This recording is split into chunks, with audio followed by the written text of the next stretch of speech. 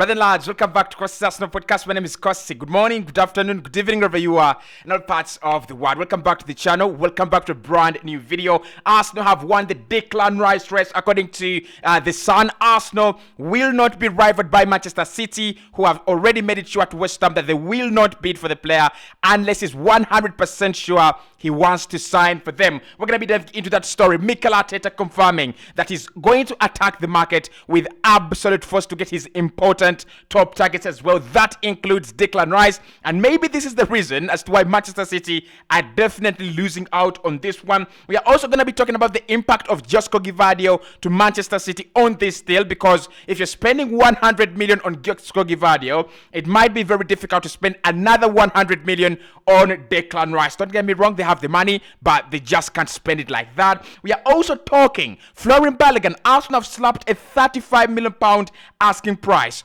on Florian Balogun. Slapped. Is 35 million slapped? I mean, we've sold Iwobi for around 30 million. We've sold Joey Locke for around 30 million as well. Who says that we only have to sell our players at 35 million? For me, 35 million in Balogun is such an undervaluation and underestimation of his talents. But let me know in the comment box below, how much should Arsenal be asking for Florian Balogun? Because for me, 35 is nowhere near what I'm thinking. It's nowhere near how I value Florian Balogun, at least at this point in time. Let's get this video to 500 likes and let's dive into the talk of Sunday, because it is actually very, very fascinating. Now, The Sun have actually written a very, very interesting story. The Mirror, not The Sun, and they have actually indicated that Manchester City have told West Ham they have no intention of bidding for their star man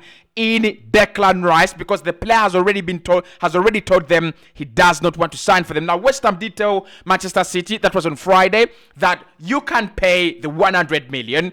We will agree with you. We will agree a deal with you, but his preference is to go to Arsenal. His preference is to stay in London. Manchester City is the reason that's why they've not actually bid, as I reported, and now it is being we are also being told that the only bid West Ham are expecting is that from Arsenal. The team at Arsenal, the financial team at Arsenal, are structuring up a deal. They're trying to work on the structure of the bid so that it can be sent in early next week. Manchester City's bid at the moment is not expected, as reported by the Mirror, not the Sun. I'm very sorry about that. We're just a little bit of a mix-up. Now, I think we've been scammed, and I said this in the intro. We've been scammed by West Ham, and this is why. Listen, how do you tell me that Manchester City knew Arsenal have done groundwork for 6 months on this deal? Therefore, the players agreed to play for us. We're talking about a player, by the way, whose father holds a season ticket at Chelsea. We are talking about a player who maybe holds a season ticket as well to Chelsea. And we're talking about a player whose son might hold a season ticket to Chelsea. So Manchester City literally know that the loyalties of the family, of the Rice family, is absolutely divided. Their loyalties are absolutely divided. We are talking a club. We are talking about a family who are in absolute love with Chelsea, but they are also mad about signing Arsenal. This is not a club who are absolutely loyal to their, to Arsenal. They owe Arsenal nothing, right? Now, West Ham have done very, very good PR, and I would give them a lot of credit in this one. I really, really do. Because, you know that point when Arsenal went in with 90 million, and West Ham felt threatened, you reject this, Arsenal might not come back. And if Arsenal do not come back, there is no other serious team in the race. So they've driven PR, and I don't know how they've done this, because it now seems like a facade. It now seems like a smokescreen. The Manchester City interest was there probably, but the bid was never coming. Like, it was never coming. The likes of Fabrizio, the likes of David Ornstein, they have reported about this bid. It was never coming. Now, after convincing Arsenal to come in with another bid, and after getting an assurance from Arsenal that we will bid again one more time, the PR spinners have just said, well, Manchester City will not bid. Why? Because the player doesn't want to sign for them. But they came into this race well knowing one or two things. One, the player had agreed personal terms with Arsenal. Two, they were going to sign an a staunch Chelsea fan. So how it doesn't make any sense. It really does not make any sense. Manchester City, how attractive they are. Manchester City, how big they are. Yes, I know Arsenal maybe are selling a project, and the project has reached that point in time where every player might want to play for us. Probably not Messi, Neymar, and Kylian Mbappe, but the rest of the lot could see Arsenal as the next big project and one of the lively projects around Europe. I understand, but there should have been something. Right? There should have been something done by Manchester City to convince Rice. There is not any report that comes out to show Manchester City have done their kind of work on Declan Rice deal, and here is the result. No, they talked to Westham. Westham told them the player prefers Arsenal, and all of a sudden they are not going to bid. It doesn't make any sense. We have been absolutely scammed. And West Ham, look, I'll give David Sullivan a lot of credit in this one because he's done what true salesmen do, right? If you're going to sell your product for the highest price, you create virtual competition. And that's what he's done, right? He's literally gone, oh, do you know that Bayern are interested? And Arsenal said, what? Are you sure? Bayern are interested in Rice? And he said, yes. And, after Bayern pulling out, Arsenal said, hey, look, we are the only club interested. He said, no, Man City are interested. And that was, he threw stories in the media about how Manchester City are going to bid. And Arsenal said, wait a minute, City are also interested? And he said, yes. Are they going to bid? No, the player doesn't want them. The player wants you. The ball is in your hands. It's good PR. It's absolutely good marketing. And I think he will get look, I tell you what. I think he will get the 100 million. He will get the one because Arsenal are now totally convinced that they are on the right deal. If Bayern want the player, if Manchester City want the player, like that just changes the dynamics of the deal, doesn't it? It's the same thing with Chelsea and how they gave us the PR of Bayern and Madrid are fighting over Kai Havertz, but Arsenal leading the rest. Come on. Just come on. Cut the crap. Just tell us that you want 100 million and you're not settling for anything less. And the deal will be done. Okay. Anyway, the PR has worked. David Sullivan will be getting his 100 million. And of course, Mikel Arteta has said and talked about this in the morning that Arsenal are ready to attack the market for important top players. He says we've already built the groundwork. We've leveled up the groundwork. All we have to do is now to bring in important players so that we can finish the title-winning team that is gonna be here for a very, very long period of time. And for me, that statement coming out today in this interview absolutely means a lot. It means that one, he's absolutely serious now about his targets.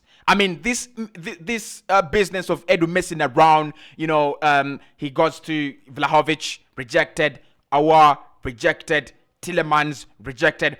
I think that kind of nonsense now has to stop because Arteta says we are going to attack the market, and the word attack means we're going to be serious. And I think that is the mentality that we've got to employ at this football club right now. The market has become as competitive as the Premier League season. Actually, I would even bet it is easier to win the UEFA Champions League than to sign Kylian Mbappe right now. Like, it's absolutely easier. Because if you went in for a player like Mbappe, the player's preference is Madrid. Madrid are not willing to pay 200 million. PSG are not willing to let him go without 200 million. If you try to sign him as Arsenal, PSG will try to stop you. Manchester City will try to stop you. Man United will try to stop you. And probably Chelsea will try to stop you. Bayern will try to stop you. So the market has become such a competitive place that it is the true representation of the competition in Europe and in the Premier League.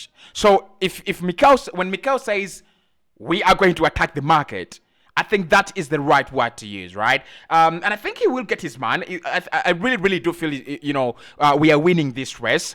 it might have a few things to do, in order to get this deal done, especially Arsenal signing Timber and Kai Havertz. That could be a very, very good incentive. One, to show Declan Rice that, hey, this project that we are selling to you is already, is already moving on. Okay, Havertz is here, Timber is here, and we are trying to sign you to replace all the players that are over age, right? And I also think that when Rice sits down and looks at Arsenal, I'm not comparing Arsenal with Manchester City. I'm only talking about Arsenal here. If it sits down and he looks at Timber coming in, Kai Havertz coming in, Odegaard playing the way he's playing, Saka lighting up the Premier League, Gabriel Martinelli becoming the player that no one expected him to become, and Gabriel and Alexander Zinchenko signing from Manchester City, he goes, wait a minute, there is something going on here. I want to be part of that, okay? If Manchester City come in, like seriously, and bid 100 million, fair enough, they can take him. But if they do not come in, if it is still a PR spin, I'm very, very sure he will be absolutely pleased and drawn to that project. But anyway, that is where we are. The other thing I thought about is the Josko Gvardiol deal, which is very, very close to completion. He's gonna go to Manchester City. We all know the quality of defenders they have there. We all know the quality of Josko Gvardiol. RB Leipzig are still pushing to make him the most expensive player defender ever.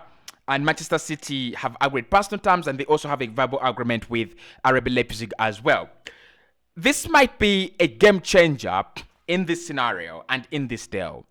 If Manchester City have already spent 30 million on Mateo Kovacic, if they go on to spend another 100 million on Josko Gvardiol, I will be thinking that their next signing could be between 50 to 70 million. I don't think they spend 100 million on Gvardiol and then they spend another 100 million on Declan Rice. It might not just happen unless they go, we're signing Rice for 70 million and we're paying cash down, and Westham accept that. Unless otherwise, I don't see them go for Gvardiol 100 and Rice 100. They have the capacity to do that. Of course, we've seen clubs do that. There was a time when Real Madrid broke transfer record after transfer record after transfer record. Kaka, record breaker.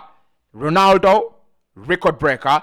And then Bale, I think, record breakers. Was Bale a record breaker? Probably was, probably wasn't. I don't remember, right? But again, you look at the amount of money that they were spending on such players. So Man City could also be doing the same to try and make sure that they govern football, especially on an international level, for the next 10 years. But at the moment, they've actually not done that. And with FFP, with the Premier League, and within the UCL, they will have to look over the shoulder. I think it's one of those periods where Manchester City will want to have a bigger surplus budget than ever in their lives. If they run a deficit budget right now, or a balanced budget right now, it might be a little bit of a problem. But if they run a big surplus budget, well, the Premier League could look at it and go, okay, yeah, you've cheated a few times here and there. We don't want to ruin the legacy of these players and the legacy of Pep Guardiola. So because you are now acting within the limits of what is acceptable, we might actually let it slide. I don't know. I mean, I'm just thinking in favor of Manchester City. I just love the fact that they have broken that treble record, and Manchester United have nothing to go on about apart from saying, our treble winning team was much better. Well, it wasn't much better than the 204 Invincibles. We have a golden trophy, although we've not won a Premier League title since then. Arsenal have apparently slapped, and I will do a video about this one, have slapped a £35 million asking price on Florian Balogun. The same amount of money that we have asked for Iwobi, and the same amount of money that we have asked with Joe Willock. We have a problem with selling players, and we've got to admit now. We've got a problem with selling players, and we've got to admit. I think Nicola Pepe last summer should have been sold, not loaned out. He should have been sold. Florian Balogun is not a £35 million player. There is no world that I agree, especially given the parameters that we are working, that we are working in, the new defined parameters of, of the transfer market. He's not a 35 million pound player. He's 2021. He scored over 22 goals in the French Ligue 1. How is he a 35 million pound player? And he's English as well. He's Premier League ripe, Premier League ready. You don't tell me that Nottingham Forest wouldn't take Florian Balogun. You don't tell me that. And I really would love to see him at AC Milan. Like, I would really, really love. But Milan trying to sign Marcus Thuram, that shows you that they're not willing to splash huge amounts of money on a striker or on players. I don't know their financial situation in Milan at the moment. But for me, we need to start learning how to sell players. Florian Balogun should be the starting point. We've seen all these academy stars.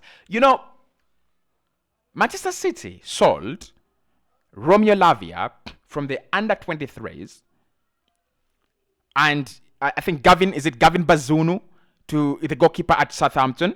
A really talented goalkeeper. Southampton paid around 20 million for those two. Straight from the under 23s.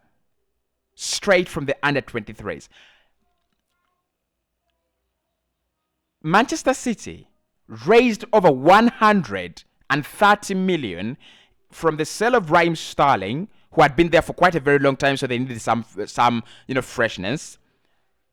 For Gabriel Jesus, who was replaced by incredible Erling Haaland, and for Alexander Zinchenko, who was never a starter at left back, because they spent over 50 on they earned over 50 on from Sterling, 50 from Gabriel Jesus, and around 35 from Zinchenko.